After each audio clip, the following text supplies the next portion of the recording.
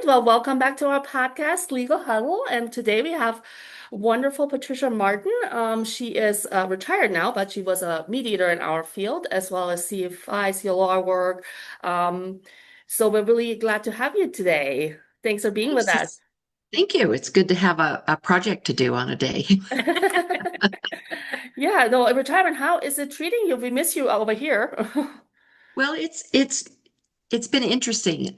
It's very different not having things scheduled and having to kind of make my own schedule and do different things. But I've been doing playing some more tennis and gotten into pickleball a little bit more, which is so very stereotypical of retired folks. And enjoying spending more time with my grandkids, and then some. I have some really great travel plans, so it's been treating me just fine. I have a few loose ends, let's put it that way. A couple of cases that I'm just kind of wrapping up. Arbitration and some other things. But other than that, it's kind of every day is unique and different. So Oh, that sounds just so fun. But before we get into our LP questions, we wanted to talk a little football because you are a very, wonderful Broncos I am a Broncos fan. I fan. am like a year, well, this is giving away my age, but I'm a year older than the Broncos. So Oh, lifelong Broncos fan. I'm a Denver native, so I'm born and bred into it. Um, and it's we have season tickets and we oh, enjoy it as a family. We do have one outlier child who was born in Dallas, and so we have great sympathy for him when the Cowboys are playing.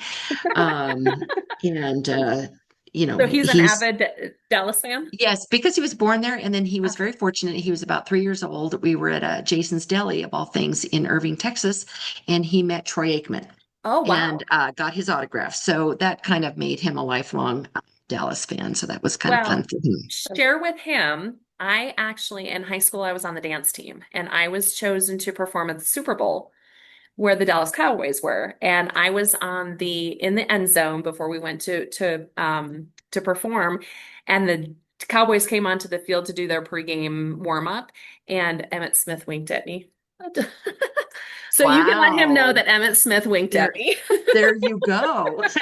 Wow, and I didn't even know that about you. That's my Look claim at to you. fame right And there. still, you're a Packers fan. Yes, I know. And funny story along with that too. That's before the whole OJ Simpson debacle Oh, happened. It was the year before that, and he walked right in front of me, and I was all excited. I'm like, "Oh my God, it's OJ Simpson!" And all the other girls are like, "Who's that?" I'm like, "Oh Lord."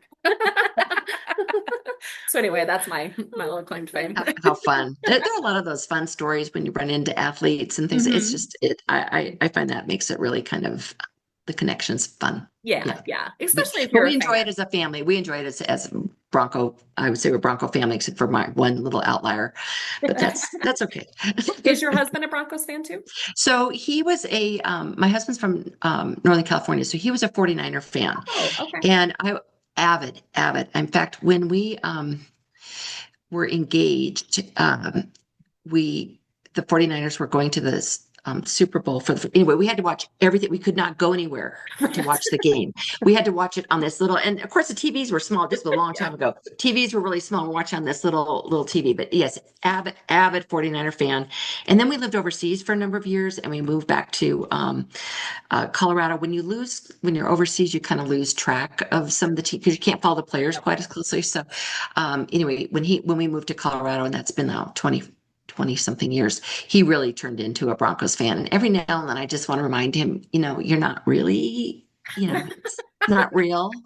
It's not really. You just You don't get pretend. to call them your team, but anyway, I let him go along with that fantasy as long as he cheers. But if it comes to the Broncos playing the 49ers, he will cheer for the Broncos now. So I guess Oh wow. that's the ultimate Okay. test. Yeah, yeah, oh, okay. yeah. That's great. Yeah. That's good. Yeah, I did accidentally suggest you were a Chiefs fan yesterday, and I apologize again for that, but mistakes were made.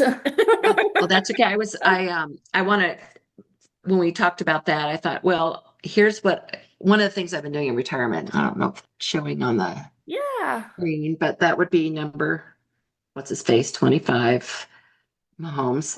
Oh, Um, Mahomes, number and 15. that's a watercolor that I did for a family member. And gosh, I just have to call that a labor of love because if you think putting those yellow and red colors on the paper was any fun. No, it wasn't. But anyway, I will give that to my family member, and we will be done with that picture in our house and get it taken That's care of. But awesome. Well, if it yeah, makes but you it's feel any fun. better, Jessica's birthday was not too long ago, and I actually paid with my own money and bought her a Bears coffee mug. That's how much I care about Jessica. And it was in my house for quite a long time. And I'm like, Yeah, oof. no, I really like it. I use it a lot actually. Coffee, wine, anything. Whatever occasion. Uh, so what do you think about predictions this year with the Broncos? What are they gonna do for us? Well, I'm a little nervous, as always, because I was on the light rail after the playoff game. We were all jubilant about the Broncos win, and we're on the light rail, and the news comes out about Bo Nix's broken ankle, and it was like the deflation in the like. I mean, everybody was just no, oh no. So I'm always a little bit nervous about injuries and things like that and predictions. I really think.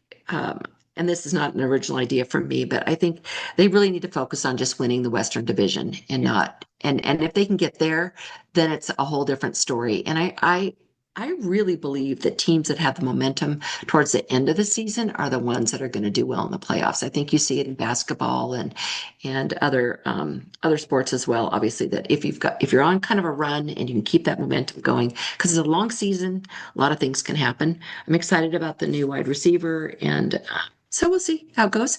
I'm also it's been very interesting. I took the light rail yesterday to the Rockies game.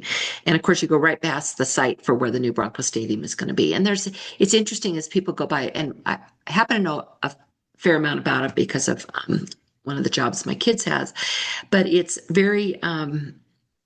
kind of exciting, people talking about it, and I'm just thrilled that people are interested in the Broncos again, and there's an ownership team behind them that is pushing them forward. So I find that exciting. But and the Bears and the Packers, you guys, your predictions about I think the Bears possibly winning the division. I don't know who They agrees with won't. that or not. They They won't. won't. I think so. No. Uh, We'll have Micah Parsons back. We'll have Tucker oh, Kraft back. It'll be fine. It's because we had so many injuries last year. It's fine. Jessica. Caleb Williams is gonna run over you. We are going to get this division again. We did good last year, and I think we're gonna keep at it. We're having a really strong team, and I think They our are. leadership. No, and you guys have a great coach. Ben Johnson's great. So, I think all three of our teams are going to go really, really far this year. Yeah, I I think think your rivalry is a really tough division. I think it that's is. It one is. that and the It is. intensity of the emotions and stuff there. I don't know if it's the cold weather or what it is that makes it good I question. that way.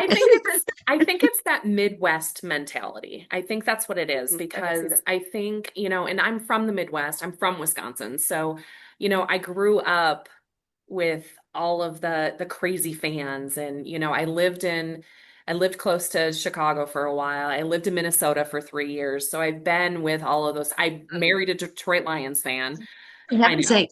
I know it's crazy. We invite him some. So yeah, we invite him sometimes, but yeah, I think it's just the Midwest. It's kind of like like how hockey fans are. They're very, very dedicated to their sport, and Yeah. they take ownership. And Well, I just, yeah. Now, if the Bears can figure out where our stadium will be, that will be really nice to do. I was gonna say when you brought up the stadium, I'm like, oh no, Jessica's gonna. I know. I was like, oh, as long as it's not Indiana, I'll be fine. I think it's gonna be Indiana. I don't think so.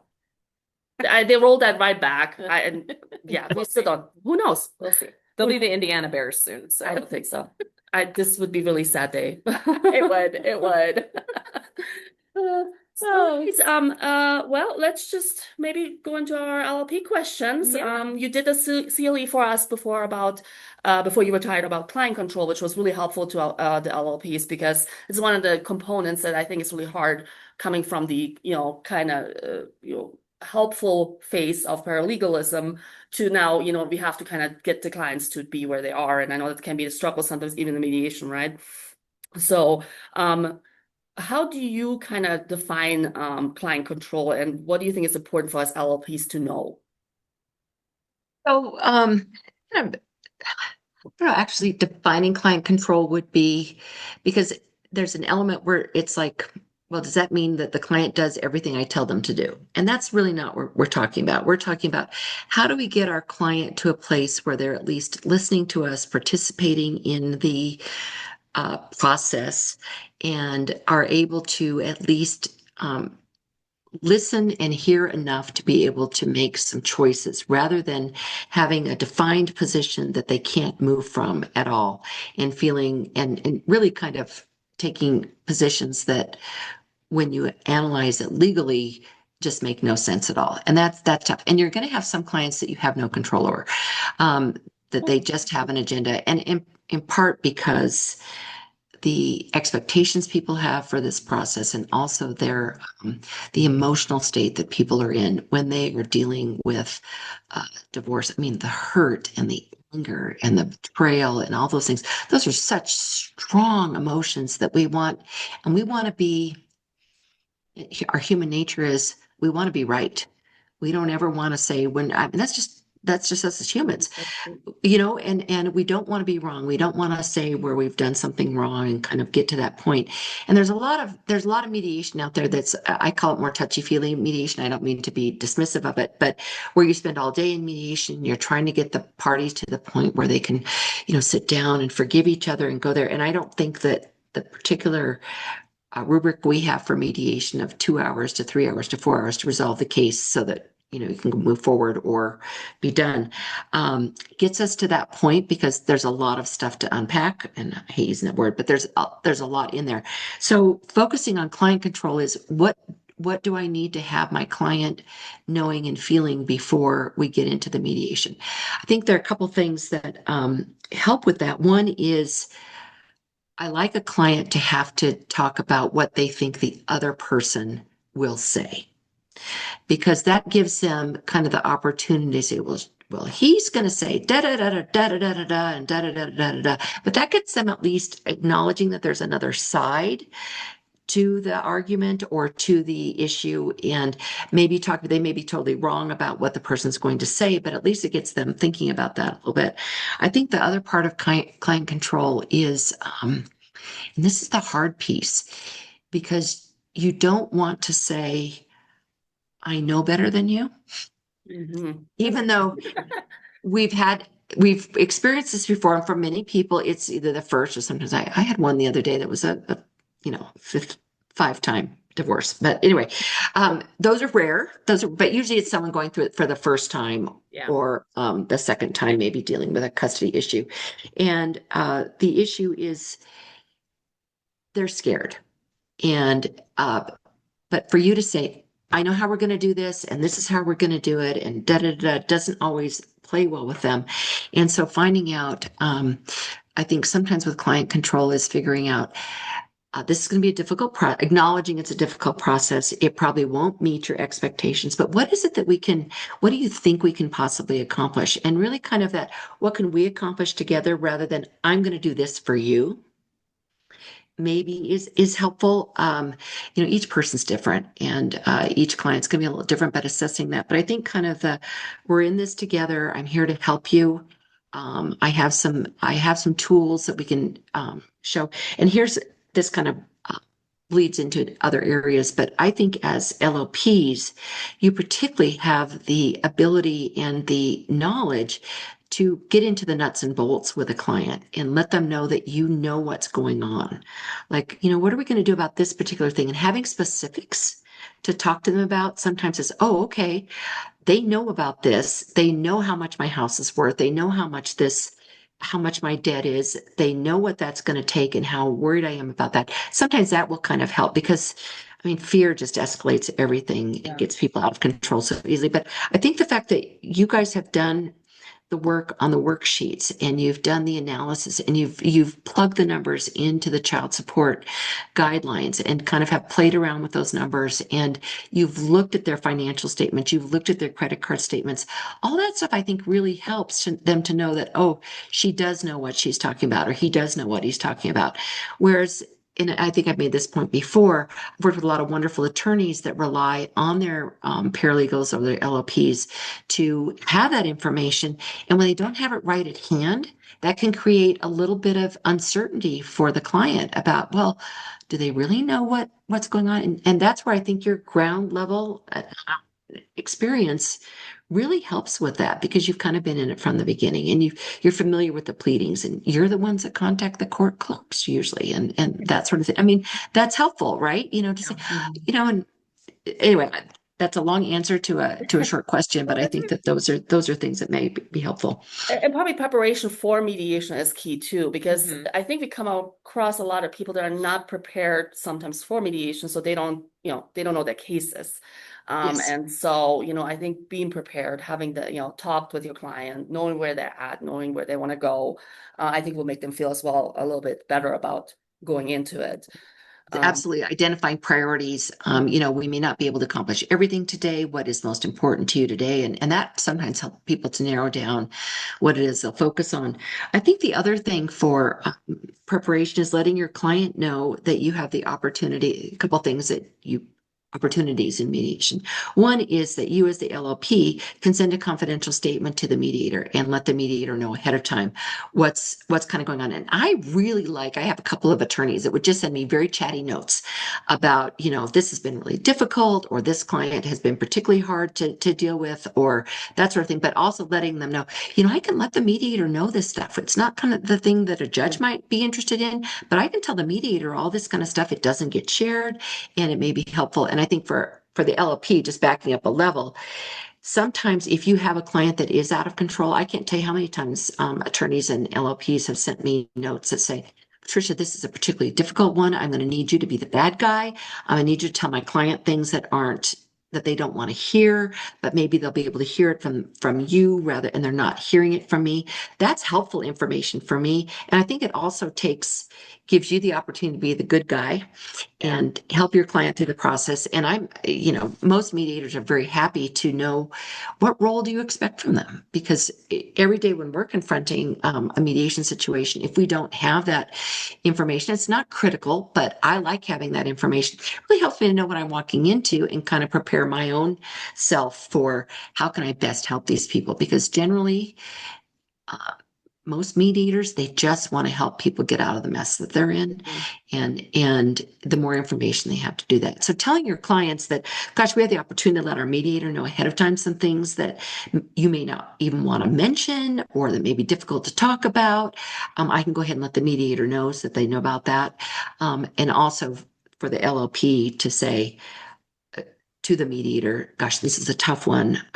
I don't think we're going to get very far, but let's concentrate on X, Y, and Z. That's really helpful to a mediator, I think.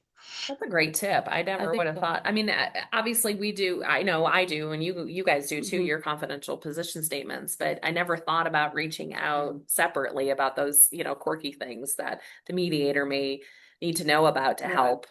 Yeah, my attorney is a wonderful mentor, and she has noted Mhm. some of those things to me that it would be helpful to mediators. So she's Mhm. kind of been teaching me the ropes of that, which is nice. It's a really good tool to have, I think. Yeah, that's Yeah, great. so that's Yeah, great suggestion. and I think it doesn't have to be, it doesn't have to be formal. Right, right. Just, I'm going to really need help with this. And I have also during mediations, when I'm feeling a little bit cornered or don't know where to go. Cornered is probably not the right word, but I don't know where to go next. I'll reach out by email or text to an attorney and say, how can I help you with this? What am I missing? Give me a little bit. And that sometimes that's really helpful to do. And, it's the other piece that I wanted to throw in there is another tool is to say, we just need to have a break. Mm. I want to talk to my client. Let us just stop for a few minutes and we'll go chat for a few minutes. And I try to be sensitive to that and say, or did try to be sensitive to that and say, look, maybe you guys want to go talk about this part for a little bit. I'll just throw out some ideas. You guys can go talk about that separately. But I think also taking the opportunity to say to the mediator, let's go talk separately for a minute. Let us kind of chew through this a little bit because it's a new idea or something like that. I think the other thing, is always that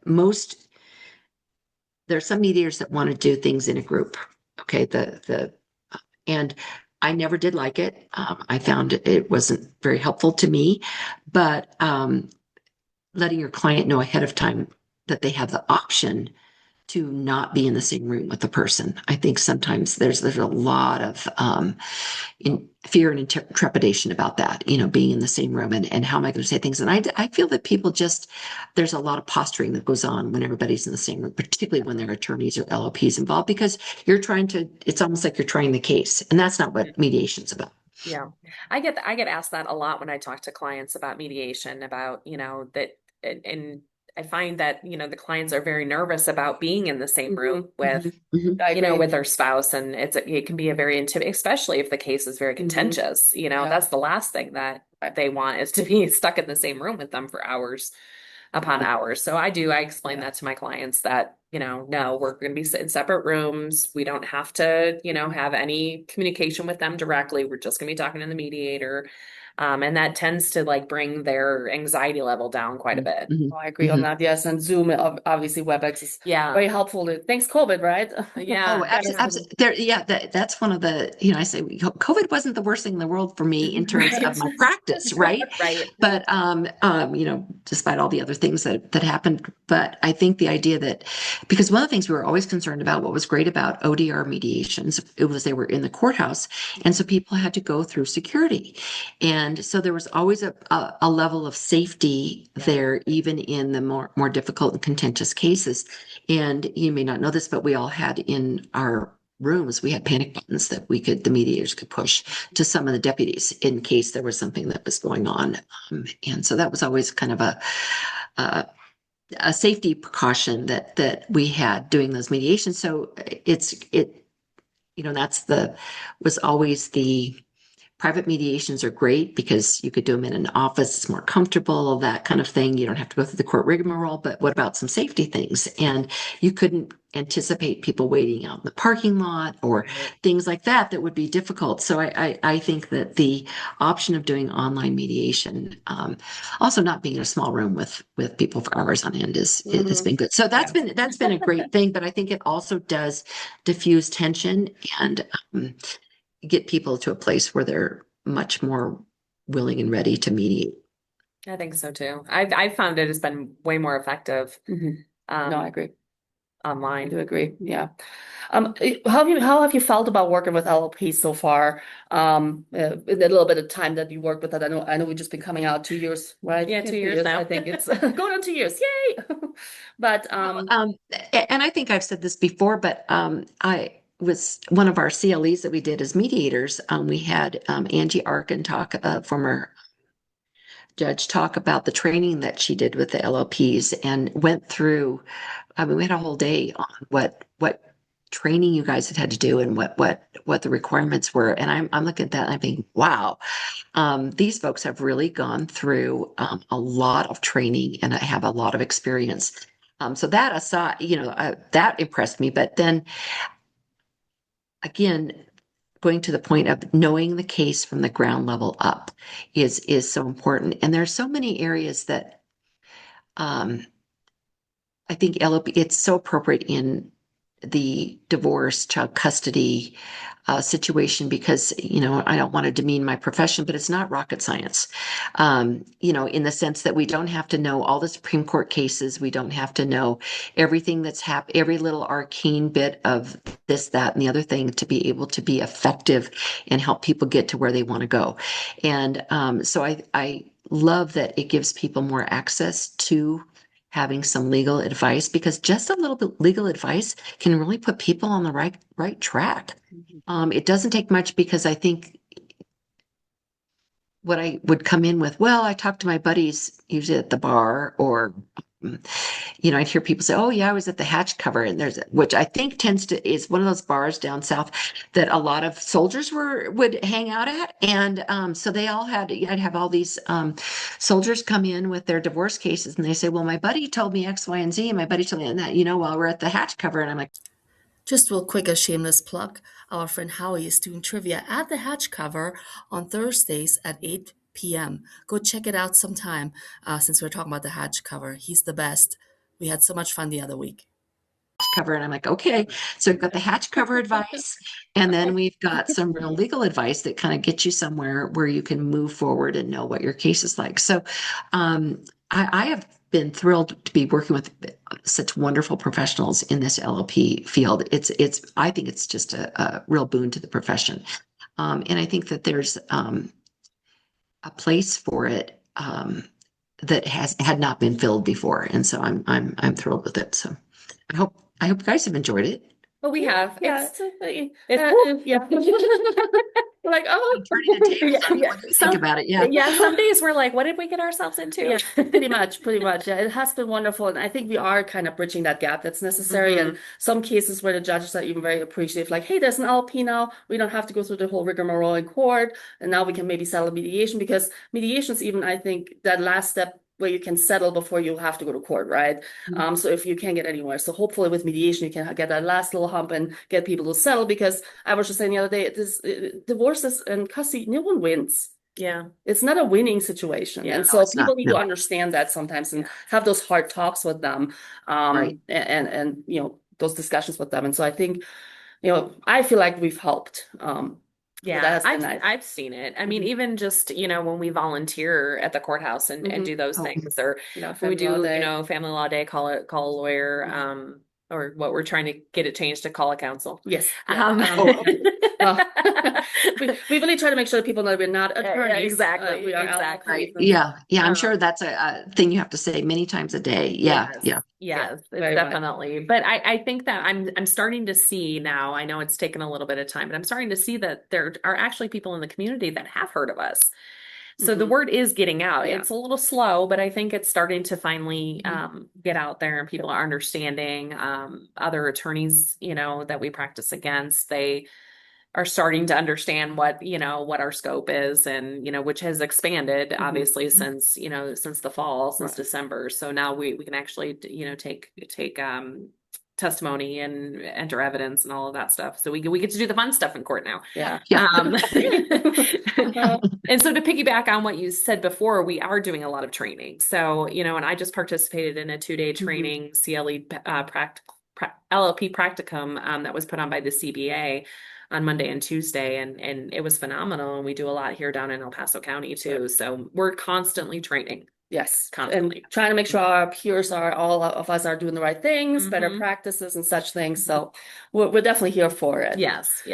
So as we're running out of time a little bit, maybe last question. Do you have any advice for any newly licensed LLPs preparing for mediation, preparing clients for mediation, or any other tips you want to give us? So we've talked about a few of them already, I think, today. Yeah. Being having the conversation about what mediation looks like, and I think that most experienced mediators take on a kind of I felt this pretty strong, that one of my roles is to be a mentor, right? And to mentor new attorneys, to mentor paralegals, LLPs, anybody that's participating in the process, because that's part of our professional. Oh no, it seems at this point we lost a little bit of internet, but we'll be back. I should have, but to kind of make sure that we lost you for a second. Okay. To kind of make sure that people are that you understand that the mediator is there to help you. We're all here to kind of lift, all boats get lifted up, right? And so if you are a new LLP, reach out to the mediator and say, I'm new. Tell me how you run your mediation. Anything you want me to know about how you do your mediation, how I can best help you. And the mediator might come back and say, well, I do it this way, and I like to have a confidential statement, or send me this or send me that. But reach out to the mediator ahead of time and say, look, I'm new. It's okay to be new. I remember when I first started practicing, I was always nervous about calling someone to say I'm new, because there's this whole thing of like, well, I don't know what I'm doing. Right. And I didn't know what I was doing. Okay. Let's just be really clear. I didn't know what I was doing, and afraid to reach out to say, I don't know what I'm doing. And when I finally started doing that and saying, I don't know what to do here, people were very generous with their time and that sort of thing. So recognize that there are many people out there that are willing to help. And most mediators, because of the kind of, just because that's kind of our makeup, most of them. We do want to help you and we do want to get you because we want results too. We want resolution. And if we can help you to get your client to resolution, then that's more helpful. So I think reaching out to the mediator, I think also recognizing that you don't have to have all the answers. That's not what mediation is about. Um, a lot of it is listening because you're going to find things out not only about the opposing party, from the mediator, what's going on, but you're also going to find out an awful lot about your client that maybe hasn't come out in your interview with them or your conversations with them yet. And all of a sudden in the mediation, you're like, oh, wait a minute. What? We I'd need to rather have deal those with this. surprises come out at mediation Yeah. than at the hearing. Exactly. And I think to the final point on that is that even if mediation is not successful, mediation is great preparation for trial. Mhm. It just is. It gets your client into the place where they learn how to kind of the things to say or not to say, or what's going to be appropriate, what's not appropriate, and they'll have to judge by the reactions of the attorney and the mediator. I mean, I try not to be shocked by anything, but every now and then I'm like, whoa, that's not going to go over very well in court. Surprise. So yeah. So again, it goes back to that whole see what you can do to eliminate surprises. But it's better to have surprises, as you say, Cindy, in mediation than at court. Yep. So Absolutely. Oh my gosh, yeah.